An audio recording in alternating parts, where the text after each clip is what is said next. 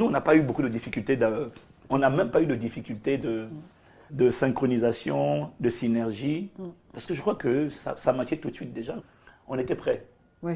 Hein. Aujourd'hui, on insiste sur la préparation parce que mon âme était restaurée, j'avais pas de problème avec des femmes, avec toi. Toi, tu savais qui tu étais, j'avais pas de problème d'ego, d'estime de soi, et toi non plus. C'est ce que j'ai admiré.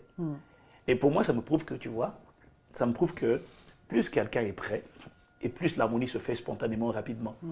Et moins quelqu'un est prêt, émotionnellement, spirituellement, et plus c'est compliqué en fait.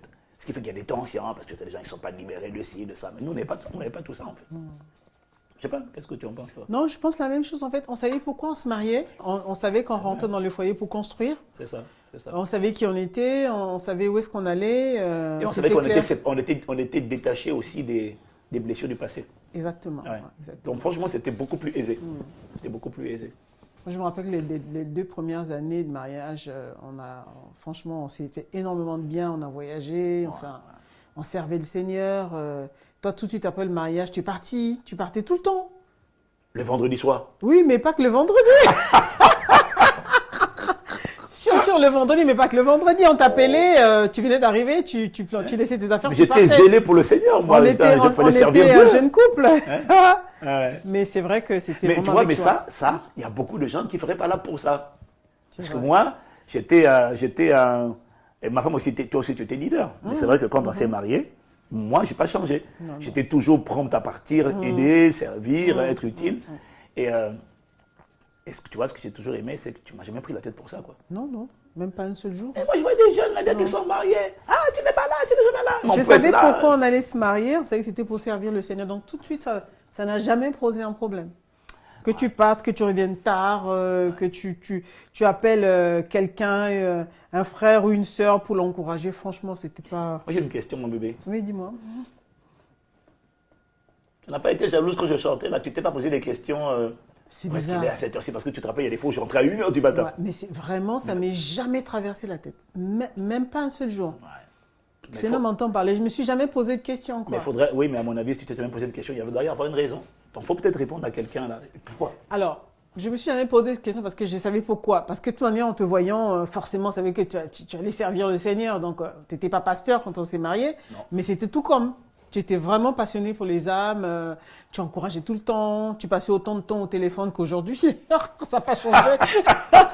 mais moi, je crois que la raison pour laquelle tu n'avais jamais été inquiété, tu n'avais jamais senti d'insécurité, parce que quand une femme commence à être jalouse, à mon avis, alors soit c'est parce qu'elle avait ça avant, et qu'elle n'est pas... Soit elle avait ça avant, elle est rentrée dans le foyer comme ça, et c'est quelque chose qui la poursuit, soit ça n'existait pas avant, mais le mari a des attitudes qui sèment le doute et qui va interpeller.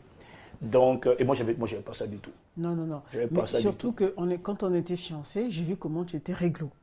C'est-à-dire que jamais tu as eu des attitudes bizarres vis-à-vis de moi. Ouais, c'est vrai aussi. Voilà, donc tu m'as jamais tripoté ou demandé des choses bizarres. On était dans la sanctification.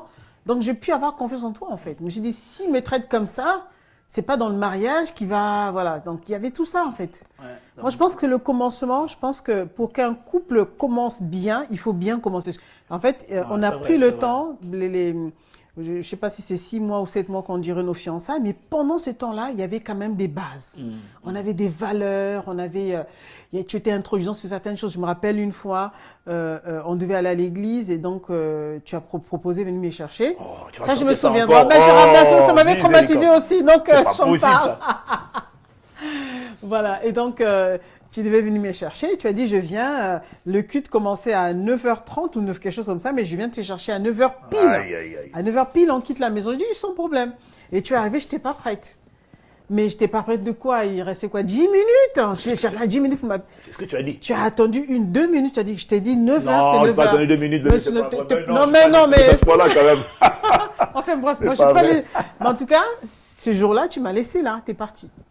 Tu as dit, quand on va, on a rendez-vous avec le Seigneur, on doit respecter les horaires. Mais je peux pas on n'arrive pas en retard à l'église, voilà. C'est vrai que ça montrait quand même que j'ai dit, oula, là, il y a quelque chose. Ça, tu as toujours dit que ça t'a donné un ton, tu dis, aïe. Ouais, voilà, ça m'a donné un peu Donc, il faut que j'aie ma voiture, qu'il ait sa voiture. Voilà, exactement. Ça, mais surtout pour dire que tu ne jouais pas, en fait. Tu ne prenais pas les choses à la légère. Voilà. Donc, moi, j'ai appris à t'observer. Ce qui fait que quand tu me disais, je vais à tel endroit, je te croyais, en fait. Je n'avais pas le... Je dirais que vraiment, je pense que la jalousie n'est pas une fatalité. Et que quand tu veux inspirer confiance, on dit que la confiance, ça ne se demande pas. Ça se mérite et ça se construit. Et ce que tu as dit tout à l'heure, c'est quand même important pour moi, parce que ce qui a construit la confiance, c'est le fait de marcher dans la vérité et dans la transparence. Et ça a vraiment créé une confiance. Voilà, pour quelqu'un qui écoute, quand tu dis une chose, fais-le. Et puis le fait déjà entre nous, c'est très important ce que tu as dit. Le fait entre nous de marcher dans une certaine intégrité, une certaine sincérité, honnêteté, fais en sorte que si tu vas dire à ma femme que ton mari a fait ça, ton mari m'a injurié, ton mari... voilà, il y a des choses que tu vas dire, c'est pas dans l'éducation en fait. Voilà. Quand on sait que quelque chose n'est pas dans l'éducation, et que soudainement on fait quoi, on va te raconter une histoire, genre il vient de faire ça, tu te dis non, c'est pas lui, ça lui ressemble pas du tout. Et ça finalement, ça nous a aidés en fait. Et moi je bénis Dieu de ce que je pouvais sortir, revenir, et jamais tu m'as pris la tête avec ces histoires-là. Quoi. Mais franchement, c'est bien. Du tout.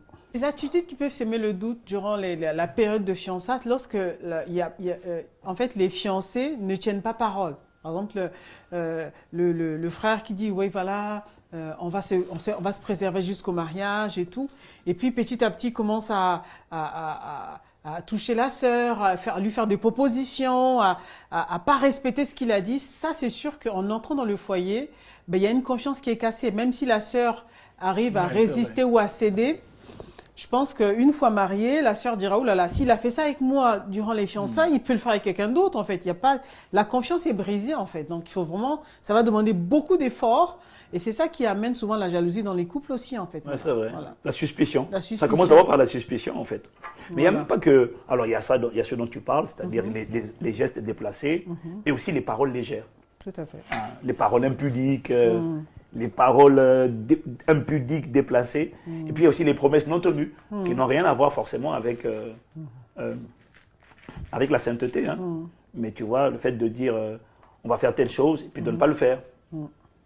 Le fait de dire je viens à telle heure, je ne viens pas, ou je vais être là et puis je ne suis pas là. En fait, pour moi, quand tu montres que tu peux parler, à part poser des actes, quand tu penses que tu peux dire des choses et tu ne les respectes pas, tu es en train de briser le ciment de la confiance. Parce qu'en fait, je ne sais plus quel est le poids de ta parole.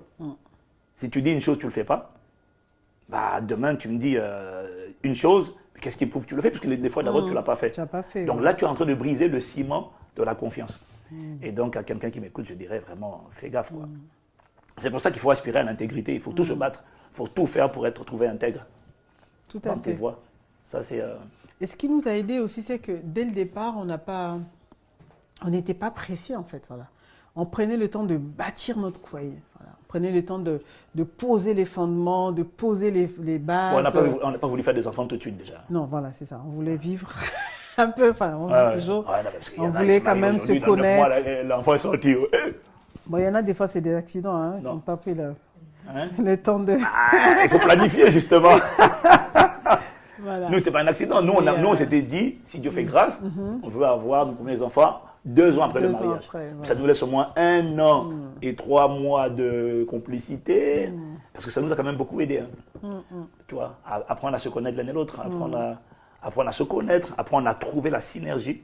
Parce que la vérité, moi je crois que, alors, on était prêts, mais je crois que pas une seule chair seulement, une même âme, un même esprit, la fusion de l'âme, la fusion de l'esprit, ça prend quand même du temps. Ça prend le temps, même si on est préparés tous les deux, il faut quand même créer une harmonie et ça prend du temps.